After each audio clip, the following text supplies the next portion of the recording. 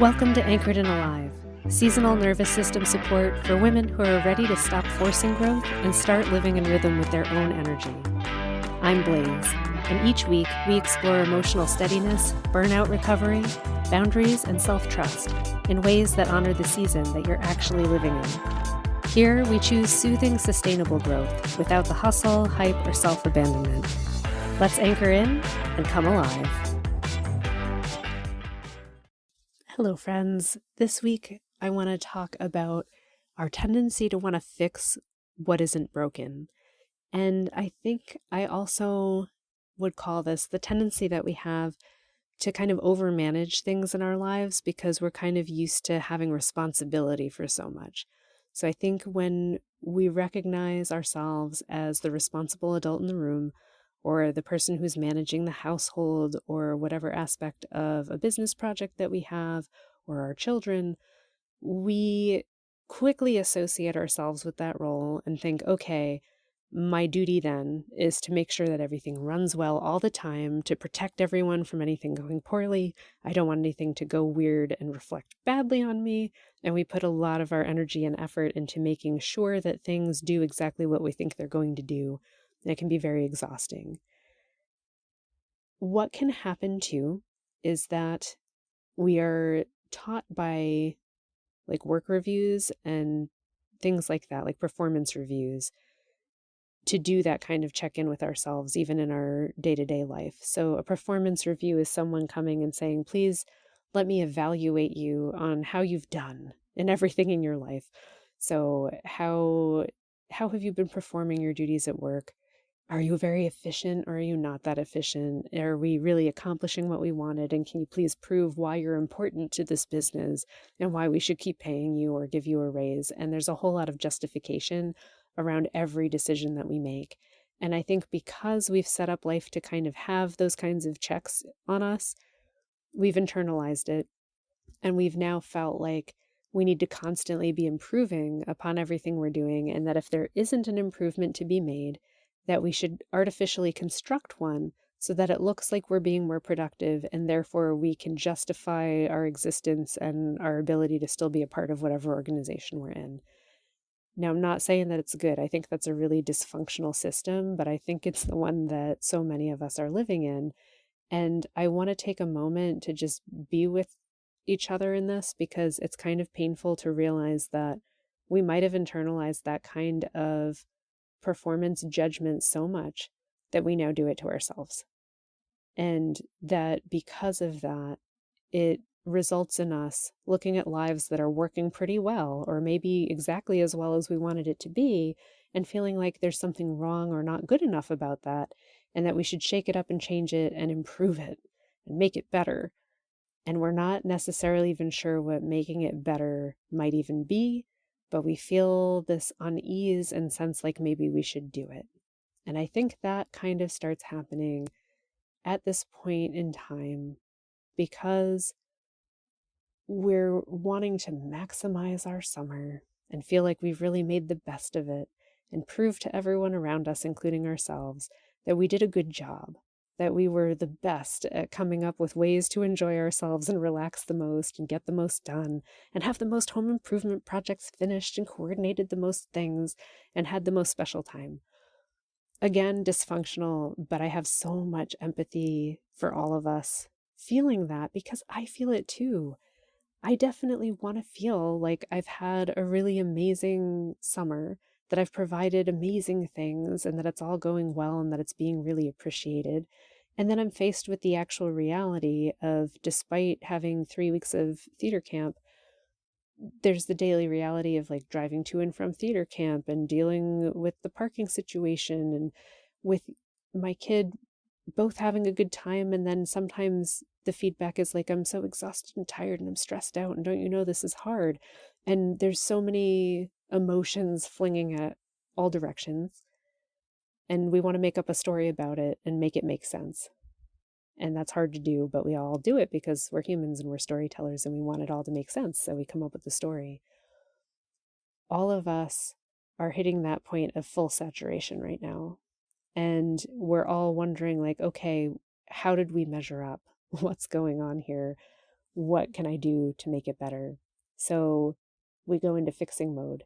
And what we want to do is to take a routine that's working mostly good or pretty good and say, how can I make this even better so I'm less stressed out tomorrow? But then sometimes trying to fix the morning commute doesn't work anyway. And we actually find that we spent even more energy trying to fix something that was good enough or was going to be what it was anyway. So that's something that happened to me is like, okay, I don't like having to find parking on this road. It's like really stressful. There's not enough. I hate parallel parking. What side street can I find? But there's construction everywhere. So what if we left 10 or 15 minutes earlier and just got there really early because then surely there will be parking. And then finding out that getting there early didn't really reduce my stress that much. It didn't make parking like so much of a factor easier that it wasn't like that it was worth it. And then we were there so early that now we're just sitting around waiting for everything to be unlocked. And that led to just more emotional blowouts between us. So I'm like, all right, sometimes we start with the greatest intentions and it kind of backfires on us and it really sucks. So in that regard, I was able to look at myself and go, okay, you were trying to fix something that wasn't necessarily broken. And you were also making a judgment about having an experience bad.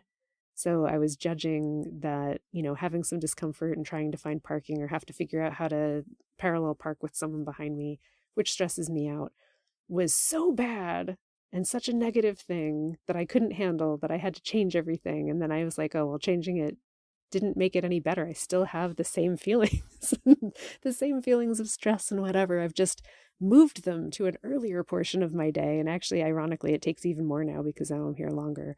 So I laugh about that and be with myself and go, okay, we're going to adjust back and refine back to what really was okay and recognize that it's fine.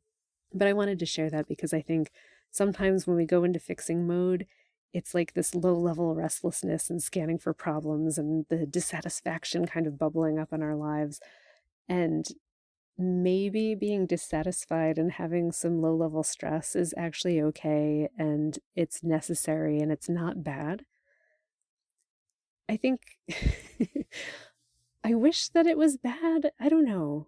Maybe I don't, but I believe now that having discomfort and things that are dissonant in our life is actually there to help us. It's not always there to hurt us.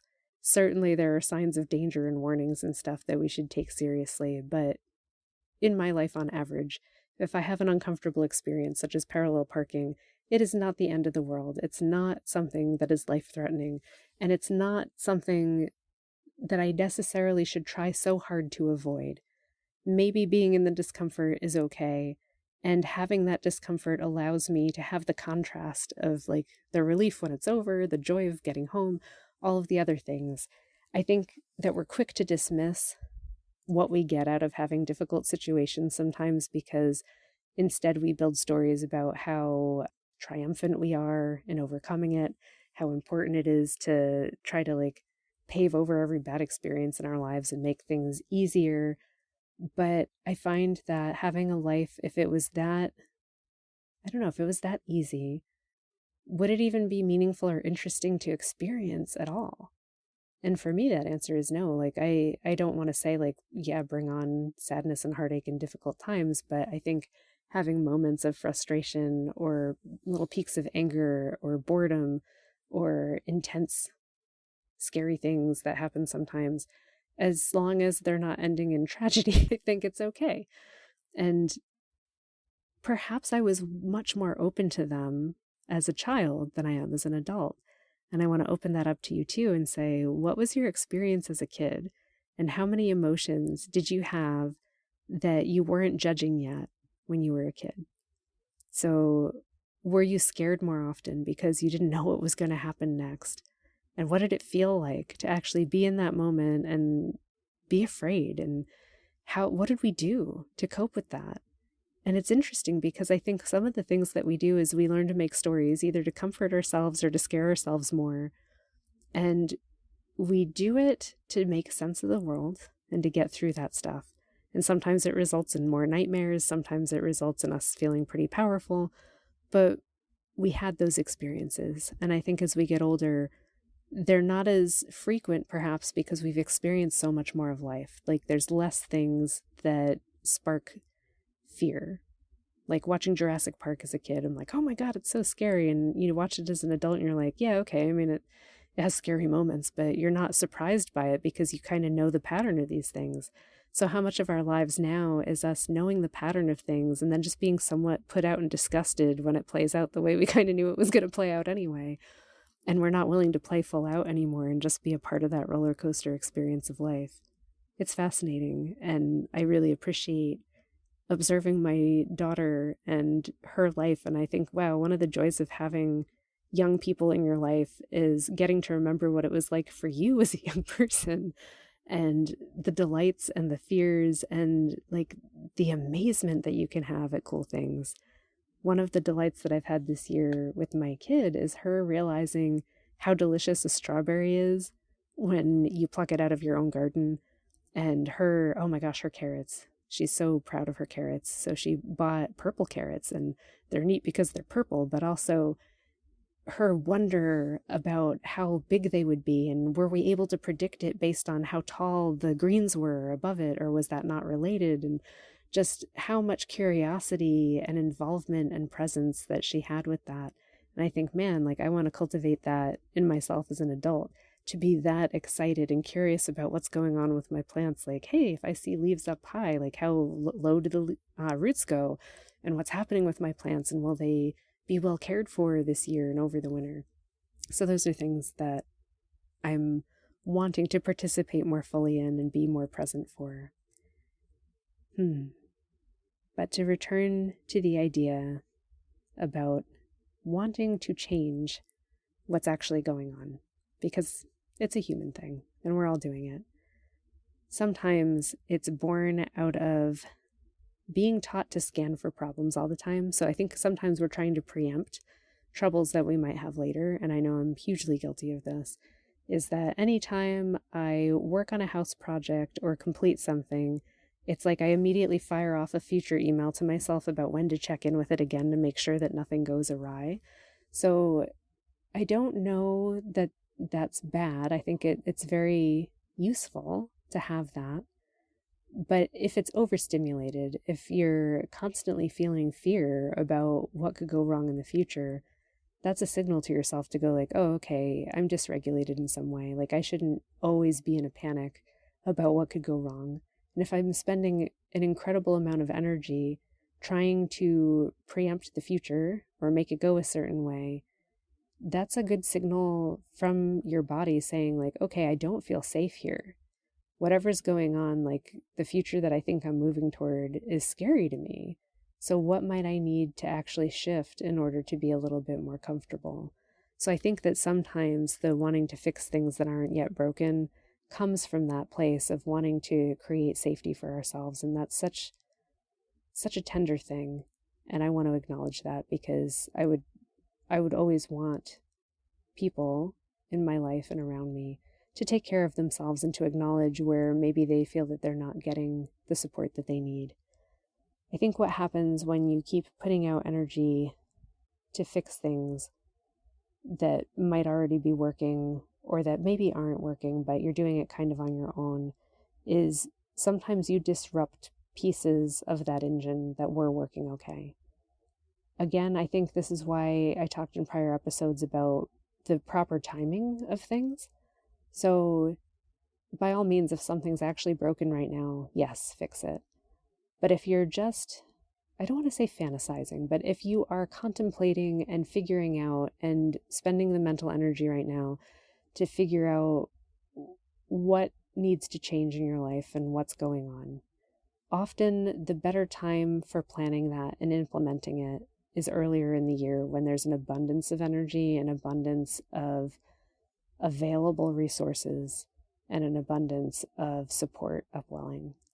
I think this time of year, when things are going sideways or we're feeling like we want to start fixing stuff, it's a more natural season to call in our community, to call in the people that are there for you in your life, or to call on the systems that are there in your life that you've already set up, that are working, that are supportive, and are able to help and spread the effort. to not make it just you, an army of one, trying to confront an issue or a problem. It becomes you and your entire community of friends and family working together to bear something or shift something or change it, which becomes so much more doable and easier. Even just talking about it, I'm like, wow, just involving people and trusting that you have resources available in your life or places that you could reach out, that even just understand what you're emotionally going through can often make the actual act and effort so much easier. So if you're part of this community, take advantage of it. Reach out to us, talk to us, come join us in the seasonal gatherings and talk about what's going on in your life and get some input back so that you have that energy and that support around you to make these changes.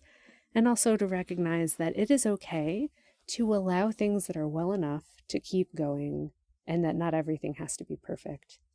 I think that what it looks like to leave things alone is to just let routines repeat without changing them all the time, recognizing that the routine that you made this year might not be perfect, but it has worked so far and it's going to be okay, even if you don't optimize it or change it yet. So this is more related to when you're feeling that comparisonitis where you're like, I just want to be as cool as this other person on Instagram, and maybe I'll like change my workout to be a little harder right now, even though I'm kind of tired. You might go, okay, if I see myself doing that, the thing that I could do is just let my normal routine where I get up and I do a walk and I do a few push-ups be enough right now, because it's the thing that I'm actually doing. And it is getting some results, maybe not like epic results, but maybe that's something that I can modify at a future time, but it doesn't have to be today. Here's the other thing I want to say is that I think modifying any one thing is fine. It's when we try to modify all of our routines at once that it becomes difficult. So the desire to like make yourself over or to have like this completely different you is a really difficult thing. We all want to be this amazing person and a better version of ourselves, and I admire that. But I also think that part of being you and being the best you is utilizing your energy and your attention in a way that actually works. And for most of us, that means focusing on one change or one thing at a time rather than trying to simultaneously start working out more, pick up an instrument lesson, go on a huge vacation, and cultivate a better relationship with your in-laws. Like all of that is a lot. Any one of them takes plenty of energy. And I don't think we're used to congratulating ourselves or appreciating ourselves for the progress that we make in any one of those areas. Often we diminish it, we compare it to like the most expert person in the field that we can possibly think of and go, how come I'm not like that person? And I don't know if that's human nature or if it's a symptom of the way that our society has access to everything all the time now. Because now, if you have an interest in anything, you can find the foremost experts or the 20 experts in that field and their TED Talks and their books and like all of the things. And you can see a news feed in their wiki page about all of their accomplishments. And then you go, yeah, that's what I'm aiming for. That's what I need to do.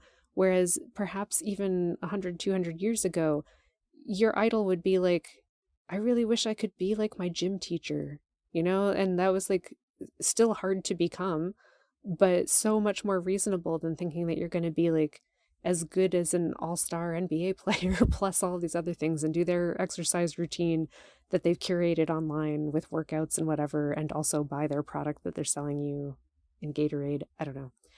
There's a lot of commercialization, I think, that has shifted the way that we think about ourselves and what's reasonable and what we think we need to improve when actually there's nothing wrong with you and you don't need to improve at all, actually. Yes.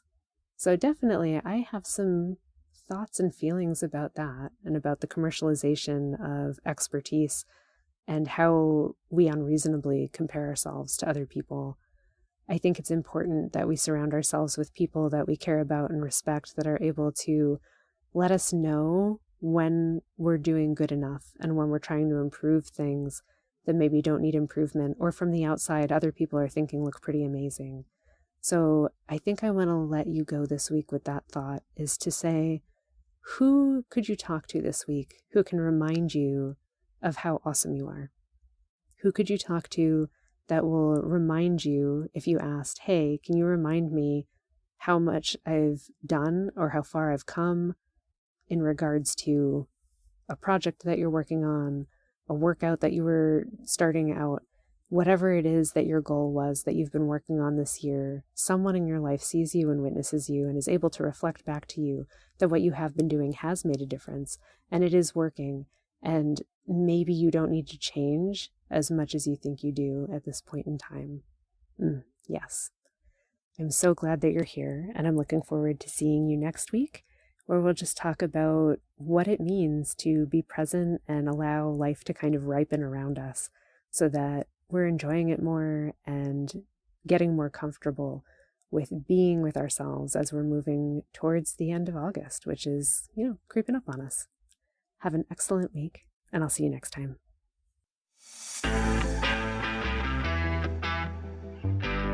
Thank you for joining me this week. This podcast is one part of a larger seasonal ecosystem of support. Through the course and seasonal workshops, we move beyond ideas into sustained practical growth and rest cycles at a pace that your nervous system can truly integrate and trust. You can learn more at anchoredandalive.com whenever it feels right. Until next time, stay steady, and we'll meet here again next week.